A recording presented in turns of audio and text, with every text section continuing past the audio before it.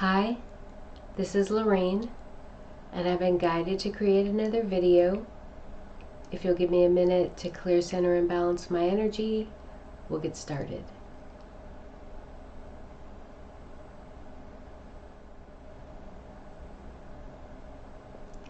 So the first thing I'd like to say is please see the timestamps to navigate the video, as well as please feel free to ask questions in the comments. The first thing I wanted to share was a vision I had. It's related to the vision I had of the Crystal City and that experience I had with traversing that black liquid and then coming out on the other side of that lake or river after traversing that thick black liquid and being presented with the Crystal City. So the vision was me dancing or skating across that black liquid on top of it. And I used to be a competitive ice skater when I was younger, so this was very significant for me in that I had a lot of trauma in my childhood, which I've discussed in past videos. I don't really want to discuss it right now. But when I went ice skating and I was practicing, that was my safe space. Other than being with my father, being on the ice was my safe space. Being on the ice was a place for me to express myself. I was very athletic, very coordinated, and so I was very good. So every bit of effort I put into skating and getting better was a validation for me of my quality and of my ability, and that always made me feel good about myself, and it always made me feel free. Like there was no greater feeling for me of freedom than when I was skating, than when I was jumping, than when I was spinning, when I was landing a new jump. Everything I did to be better, every accomplishment I made was a huge validation for me. And it was my the word that came to mind was escape, but it really wasn't an escape because I worked so hard. I worked so hard at that. But the importance of that is me skating or dancing across this body of fluid and liquid, being above it, was freedom. That's it. It was just represented freedom. It represented my accomplishment. It represented all the work that I put in to be better, to understand myself better, to heal myself. That vision of me skating across the ice, dancing across the ice, was a validation that I have fulfilled my obligation to myself, that I have transcended, that I am, I don't want to say above, but expanded beyond the 3D. I am no longer submerged in that black, murky, oil-like substance. I am now above it, and I am free because of the work I put in. And I wouldn't normally share this, but it's not just about me, because if you remember when I was talking about that vision in the last video, when I walked into the Crystal City and I asked, where are all the people? Why am I alone? And I turned around and there was many, many people coming out of that liquid, that black liquid substance. So to me, it means all of us who have traversed that body of fluid, that black body of fluid, and come out are now free and transcended. The next, I had another very strong vision, and it was Earth spinning through space, but it was the shape of like a kidney bean or like a jelly belly. It was just this weird shape, and it was tumbling through space like a comet or an asteroid. And then what came in very strong was I was reminded of a video that I have and an article I read about our solar system moving through space. So we are not stationary in the universe. Our solar system, we are all moving around the sun. All the planets are moving around the sun, but in addition, we are moving through space. And I'll show you the video that was in the article, and then I'll also post the article. But we are literally moving through space at like 90 million miles an hour as we circle or rotate around the sun. And so the vision is important, because what came in after that was we are traversing a I want to say minefield, but that's not what it was. They said, oh, we're moving through a debris field. That's what came in. We are moving through a debris field. So as we're moving through space, we are moving through a debris field. And then what came in very strong was all of a sudden we have all these comets coming in, right? I don't believe in coincidences. I only believe in synchronicities. And synchronicities, when you line them up and when you pay attention to all the synchronicities that are happening in your life, there's a message being conveyed to you. But you have to see it, and you have to internalize it, and you have to interpret that message for yourself to figure out what that means for you. So as I'm having this vision and it's talking about us moving through this debris field, I start thinking about all the comets now that are coming in. I don't believe that we are all of a sudden having a deluge of comets that are coming in randomly. I feel our technology is great enough for us not to have for us to have more information sooner about what's coming in. I feel like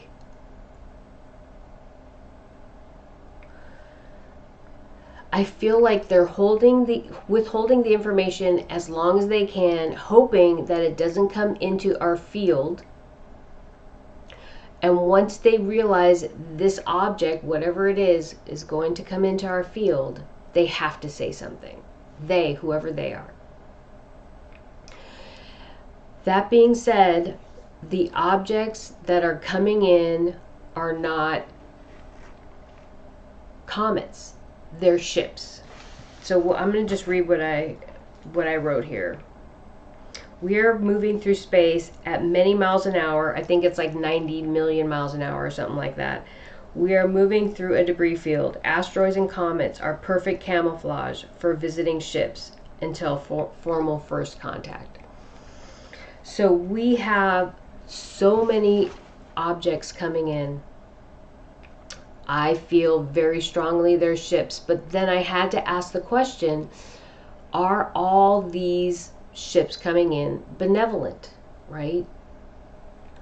And the very strong response that came in was any objects coming in, any ships coming in that are not benevolent, that are not meant for the greatest good. And that means for our transcendence. That means for our healing. If these ships are not meant to help us heal, they will be intercepted, mitigated, blocked, whatever, by other ships coming in, not by anything on Earth. Okay? That was very clear. And I had to ask that question, and I had to answer it that way, because sometimes things come into our life that are challenging, and it's meant to be challenging. It's meant to be hard for us to grow and expand. We don't grow and expand when everything is sunshine and lollipops and wonderful. It's the challenges that we face that help us grow and expand. So I had to ask that question. Are all these ships coming in to help us? And the very clear answer, they were very clear. Anything not meant to heal or help humanity transcend in a positive and beautiful way, there's no more challenges in front of us, will be mitigated and blocked. Okay, that's very important, because right now we're in this very profound energetic shift. And more information that's come in is that in March of 2020 we had that event, and the very strong messages I was receiving at that time was Earth must go through this. We must go through this change. So the negative or unbalanced energy had created this momentum of unbalanced energy, which culminated in that event in March of 2020, February, March of 2020. And the message I was receiving at that time is Earth must go through this. This was part of divergence. We must go through this process. What do you put your faith in? That was the question I kept hearing. What do you put your faith in? And people had to decide what they put their faith in. And so we went through all this stuff. There was no intervention allowed. That very strong message. There's no intervention. Only the beings that are meant to be on Earth by the divine consciousness are on Earth. Any beings that stayed would deal with karmic consequences, the beings themselves as well as their worlds. Those were the very clear messages. Right now, where we're at, this unbalanced energy, all that momentum from that unbalanced energy has petered out. It's no longer controlling, I'll just say controlling the flow of energy. It was never controlling the flow of energy, but there was this powerful surge of energy, like a tidal wave moving through of unbalanced energy, trying to shift and control transcendence from an unbalanced place. That was the attempt. Right now, with 3i Atlas coming through and the changes that have happened, it is very clear to this unbalanced energy, or this cabal, or whatever you want to call it, that they are no longer in control. Again, they never were in control, but because they had the upper hand and they were able to successfully oppress, they felt in control. But at this point right now, the energy has shifted from this momentum that was created from this unbalanced place to now shifting to a balanced energy field. Mother Earth is shifting into a balanced energy field. So now this unbalanced energy has nothing to ground in, nothing to root itself in, nothing to push its agenda. And now there's a sense of desperation that's happening. And I can feel that. So my question about are all these ships coming in to help us was valid, because now they're at a point where if they continue to hide the technology that they have access to, they will absolutely not maintain control. Okay, again, they never had control, but from their level of consciousness, from where they are moving forward from, they feel like they are in control, and they feel that they are losing control. So that's why I had asked that question, and that's why it was very important for it to be very clear that that would be handled off-world, and that only energy meant to elevate Mother Earth, to heal Mother Earth, would be allowed in. Only beings, ships, whatever, however you want to look at it.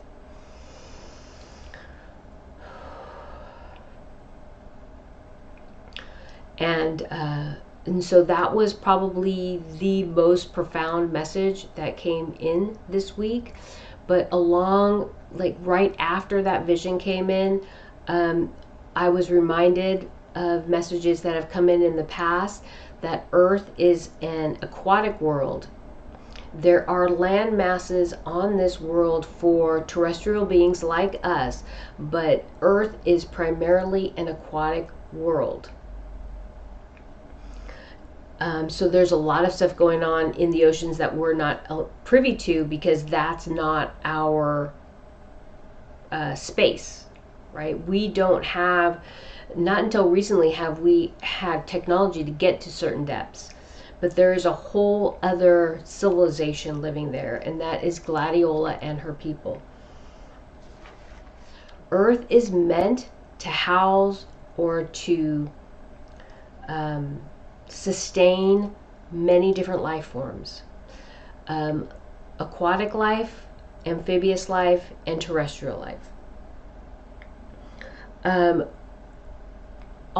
Even on our terrestrial, on the land, there are beings from many worlds. So if we went to any other world, that world would have all Japanese people, or all German people, or all Mexican people. And this world right now is meant to house the surface humans, the variety of surface humans, as well as the raptors and Gladiola and her people. So Gladiola and her people live in the oceans, or in the natural bodies of water, and the raptors live in the inner earth, and we are on the surface. But this world is being terraformed and prepared for other beings to exist here.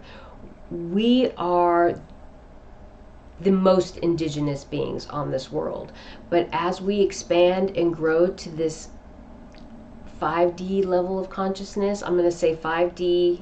I've said this before, I'm not really big on these terms because they don't define what 5D really is. Nobody knows what 5D really is.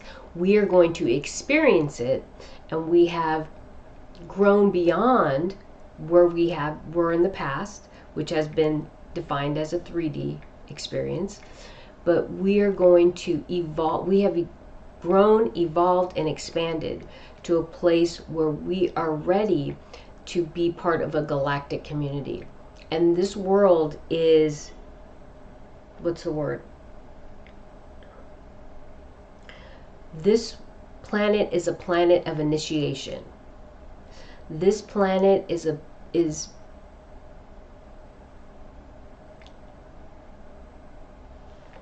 it's profound. This world is profound in the universe. And I've said it before, we are extraordinary and we are unique.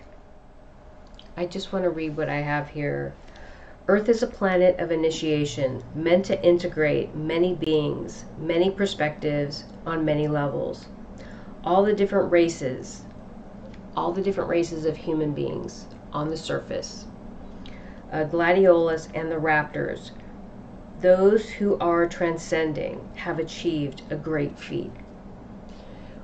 What we have gone through and what we have survived and what we have endured has prepared us for this next level of consciousness, has prepared us for this profound meeting of many beings across the universe. And not immediately, but eventually this planet will house even a greater diversity of beings from other worlds. What has happened in the past is this unbalanced energy attempted to usurp transcendence and attempted to create that change in the way that would maintain their control, right? Create the change the way that would benefit them, right? Whoever them are, whoever they are. But that was never going to happen. This is a profoundly rich planet as far as the beings, the intelligence, the IQ intelligence, the emotional intelligence, as far as the diversity of beings who have successfully existed on this world. And yes, it's not perfect, but the people who have successfully transcended have proven how capable we are, and how magnificent we are, and how strong we are, how loving we are, and how accepting we are. We're so many things. And that first vision that I was talking about with me skating across that body of fluid just solidify the fact that we have made it, even though it doesn't feel like it, even though when we look out the window or we walk down the street it doesn't feel like it. We have made it. But right now we are coexisting with individuals who are still choosing the 3D level of consciousness, who are choosing separation, those who are choosing divisiveness, okay, choosing to judge and to ostracize and to marginalize anybody who doesn't believe what they believe, right? And we can't change that. What's clear, we can't change that, but it's okay. They are going to evolve in their own time, at their own pace. But those of us who are transcending, we are blessed because of the work we've done. Nobody handed this to us. Nobody gave it to us. We had to do the work. The final thing I wanted to say was I had some other information come in through clairaudience, and I heard gold is beautiful and it's shiny and it's a high vibrational metal. But nevertheless, it's still a metal and it's dense. Crystal is clear, it's delicate, it's light, and it brings clarity. And it breaks the illusion. Crystals, the clarity found within crystal breaks the illusion. And so I feel very strongly that's what the Crystal City represents. No longer living in the illusion.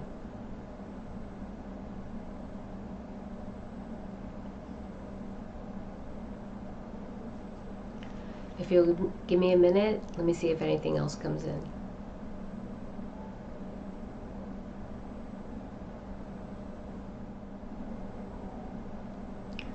So I'm reminded to say the crystal breaks the illusion of the perception of the 3D self, who we believed ourselves to be before transcendence.